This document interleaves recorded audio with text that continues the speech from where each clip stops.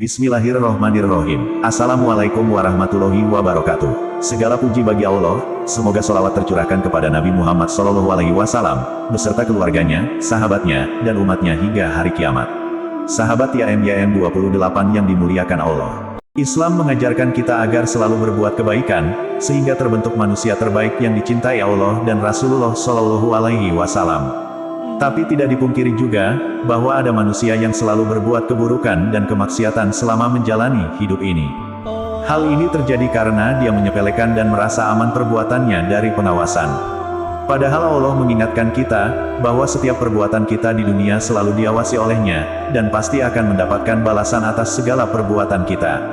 Sebagaimana firman Allah dalam Al-Quran yang artinya, dan setiap manusia telah kami kalungkan catatan amal perbuatannya di lehernya. Dan pada hari kiamat kami keluarkan baginya sebuah kitab dalam keadaan terbuka. Quran Surah Al-Isra, ayat 13. Selain adanya manusia terbaik, Rasulullah SAW juga mengingatkan adanya manusia terburuk yang ada di dunia ini. Untuk itu di sini kami akan membahas mengenai siapa saja yang merupakan manusia berwajah terburuk, Syarrun Nas tersebut dan bagaimana ciri-cirinya. Sebab, dengan mengetahui keburukan adalah salah satu cara untuk bisa menghindarinya dan terjebak di dalamnya. Berikut penjelasannya. Hal ini disampaikan dalam hadis yang menceritakan bahwa seorang sahabat Nabi SAW, yaitu Hudzaifah bin Yaman pernah berkata, "Dulu orang-orang bertanya kepada Rasulullah tentang kebaikan, namun saya bertanya kepada beliau tentang keburukan, karena saya khawatir jika terjerumus ke dalamnya." Jadi, siapa sajakah manusia-manusia berwajah terburuk itu, sehingga kita bisa membentengi diri kita sendiri agar tidak seperti mereka. 1. Orang yang bermuka dua, munafik. Hal ini disampaikan dalam hadis yang diriwayatkan dari Abu Hurairah radhiyallahu anhu, yang berkata bahwasanya Rasulullah SAW bersabda, "Seburuk-buruk manusia adalah Zulwajain, orang yang bermuka dua, yaitu orang yang ketika di tengah sekelompok orang, ia menampakkan suatu wajah, namun di tengah sekelompok orang lain, ia menampakkan wajah yang lain."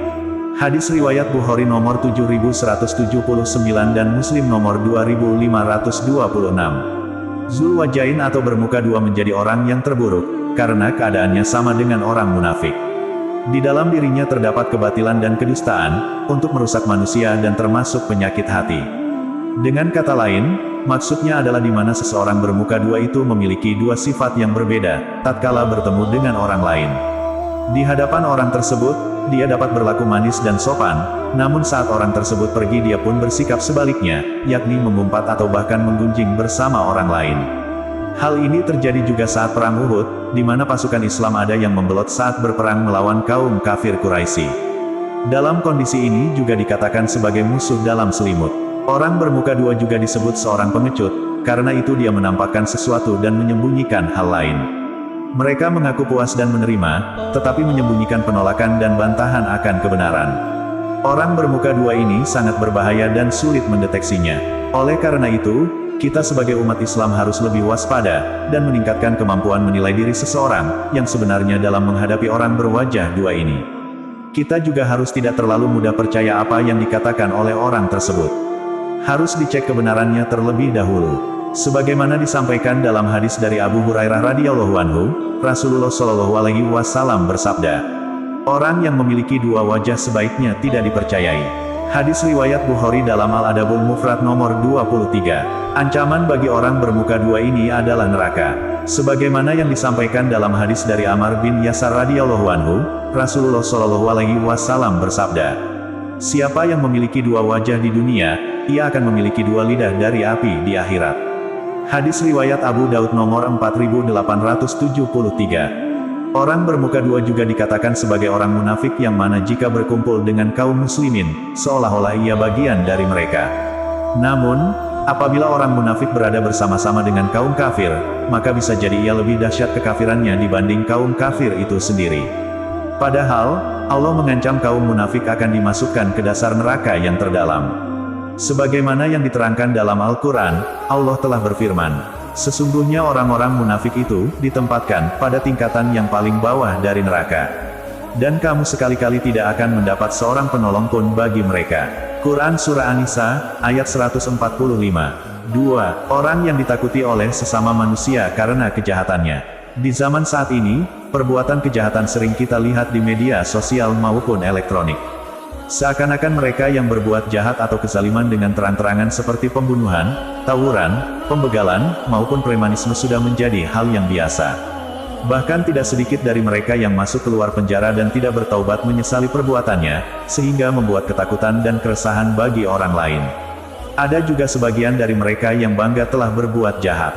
Mereka sering menyakiti dan tidak peduli dengan orang lain, sehingga orang yang berada di sekitarnya dalam ketakutan dan menjauh darinya. Padahal perbuatan yang dilakukan oleh mereka merupakan seburuk-buruknya manusia. Hal ini disampaikan dalam hadis yang diriwayatkan dari Aisyah radhiyallahu anhu mengatakan bahwa suatu ketika, ada seseorang yang minta izin untuk bertamu kepada Rasulullah. Tatkala melihatnya, beliau berkata, "Izinkan dia masuk. Dia ini seburuk-buruk keturunan atau anggota suatu kabilah." Tatkala dia telah masuk, ternyata Rasulullah bersikap sangat lembut dan bahkan tertawa-tawa bersamanya. Setelah ia pergi, Aisyah bertanya, "Wahai Rasulullah, Anda telah menyatakan apa yang Anda nyatakan tadi tentang orang itu, lalu mengapa Anda berbicara secara lemah lembut kepadanya?" Beliau menjawab, "Hai Aisyah, sesungguhnya manusia yang paling buruk kedudukannya di sisi Allah pada hari kiamat adalah orang yang dihindari oleh manusia karena takut kejelekannya." Hadis riwayat Bukhari nomor 5594 dan Muslim nomor 4693. Padahal, orang yang berbuat kejahatan atau zalim juga akan mendapatkan balasan yang sungguh mengerikan di akhirat kelak. Seperti yang disebutkan dalam Al-Quran, Allah telah berfirman, "Ataukah orang-orang yang mengerjakan kejahatan itu mengira bahwa mereka akan luput dari azab Kami? Alangkah buruk apa yang mereka tetapkan itu." Quran Surah Al-Ankabut ayat 4. Namun, kita juga dianjurkan untuk tetap berbuat baik kepada orang yang berbuat jahat kepada kita, dan mengingatkan mereka semampu kita dengan cara yang aman dan baik, agar mereka tersadarkan dari kesalahannya. 3. Orang panjang umur namun jelek amalnya. Siapa yang tidak ingin panjang umur yang penuh keberkahan? Namun panjang umur, tidak akan menjadi kebaikan dan keberkahan bagi manusia, kecuali jika amalnya baik dalam ketaatan kepada Allah, karena panjang umur bisa menjadi keburukan dan bahaya bagi manusia. Itulah seburuk-buruknya manusia, sebagaimana dijelaskan hadis yang diriwayatkan dari Abdurrahman bin Abi Bakroh, dari ayahnya Abu Bakroh bahwa ada seseorang yang bertanya pada Rasulullah Shallallahu Alaihi Wasallam, "Wahai Rasulullah, manusia mana yang dikatakan baik?" Beliau menjawab, "Yang panjang umurnya namun baik amalnya." "Lalu manusia mana yang dikatakan jelek?" tanya laki-laki tadi. Beliau menjawab, "Yang panjang umurnya namun jelek amalnya." Hadis riwayat Tirmidzi nomor 2330, beliau katakan bahwa hadits ini hasan sahih. Jika panjang umur diisi dengan maksiat, maka sungguh sia-sia dan tidak berfaedah sama sekali nikmat yang diberi, sehingga termasuk orang-orang yang merugi. 4. Mengumbar rahasia hubungan intim suami istri. Saat ini, tidak dipungkiri banyak orang yang suka mengumbar urusan ranjang di hadapan orang lain, bahkan tidak merasa malu disebarkan menjadi konsumsi halayak umum. Hal ini dilakukan tidak hanya oleh suami, tetapi terkadang istri-istri pun juga suka mengumbarnya saat sedang merumpi dengan teman-temannya. Ibarat seperti setan laki-laki dan perempuan yang bersetubuh, lalu dilihat ramai-ramai. Hal inilah membuat pelakunya akan mendapatkan kedudukan yang paling jelek di sisi Allah Ta'ala pada hari kiamat. Sebagaimana diterangkan dalam hadis, bahwa Rasulullah Shallallahu Alaihi Wasallam bersabda, "Sesungguhnya manusia yang paling jelek kedudukannya di sisi Allah pada hari kiamat ialah seseorang yang menyetubuhi istrinya dan istri bersetubuh dengan suaminya, kemudian suami menyebarkan rahasia istrinya." Hadis riwayat Muslim nomor 1437. Seharusnya justru kita menjaga perkara-perkara rahasia yang terjadi di dalam rumah, antara suami dan istri dan tidak menyebarkannya. 5. Orang yang menghancurkan akhiratnya dengan merebut dunia milik orang lain. Orang yang merebut harta orang lain dengan cara yang batil seperti membunuh, merampok, maupun mencuri, maka ambisinya tersebut dapat menghancurkan akhiratnya. Bagaimana tidak? Karena saat di akhirat, perhitungan akan amalnya akan menjadi orang yang bangkrut. Inilah seburuk-buruknya manusia, karena mengorbankan akhiratnya dan agamanya demi kepentingan duniawi dengan cara batil.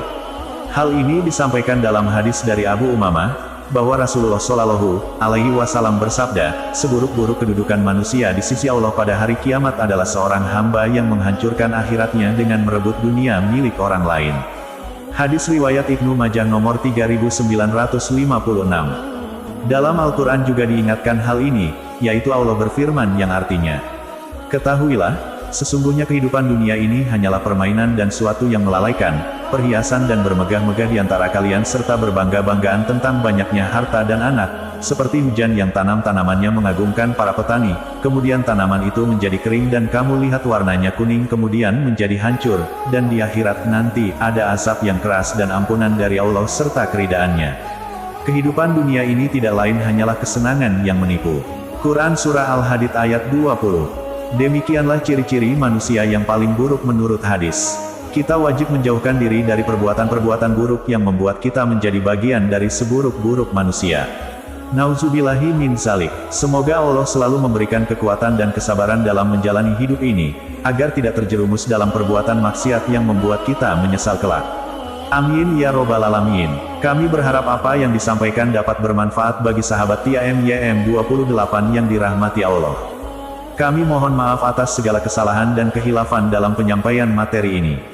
Wallahu alam bisawab. Wassalamualaikum warahmatullahi wabarakatuh.